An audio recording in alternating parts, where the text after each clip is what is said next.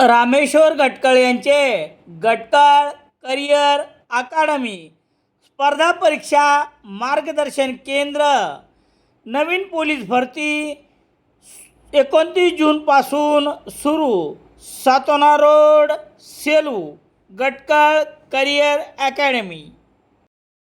सेलूत mini पॅकमध्ये Chakote butter लवकरच उपलब्ध. संपर्क बालाजी न्यूजपेपर एजन्सी, सेलू.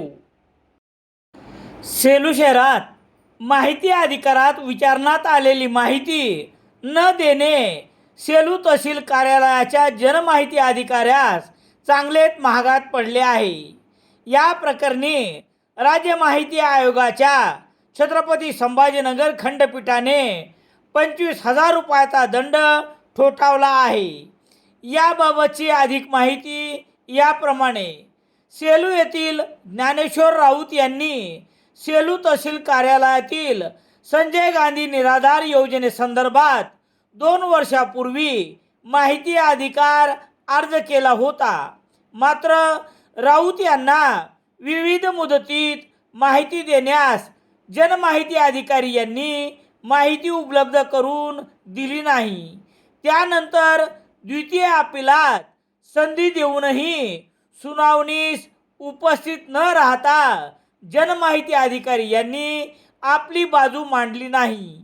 आयोगासमोर झालेल्या सुनावणी दरम्यान उपलब्ध कागदपत्राची छाननी केली असता अपीलकर्त्याने मागविलेल्या माहितीबाबत संबंधित जनमाहिती अधिकाऱ्यांनी कायद्यानुसार आवश्यक ती माहिती अथवा माहिती संबंधी वस्तुस्थिती वेळेत उपलब्ध करून दिली नसल्याचे स्पष्ट झाले. त्यामुळे माहितीचा अधिकार अधिनियम 2005 मधील कलम 7(1) चे उल्लंघन झाल्याचा निष्कर्ष आयोगाने नोंदविला.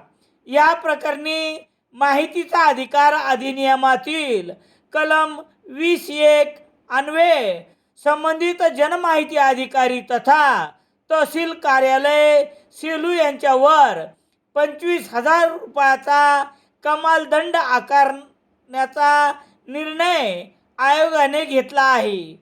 सदर दंडाची रक्कम संबंधित अधिकाऱ्याच्या वेतनातून वसूल करून शासनाच्या लेखाशीर्षात जमा करण्याची जबाबदारी जिल्हाधिकारी परभणी यांच्यावर सोपविण्यात आली आहे.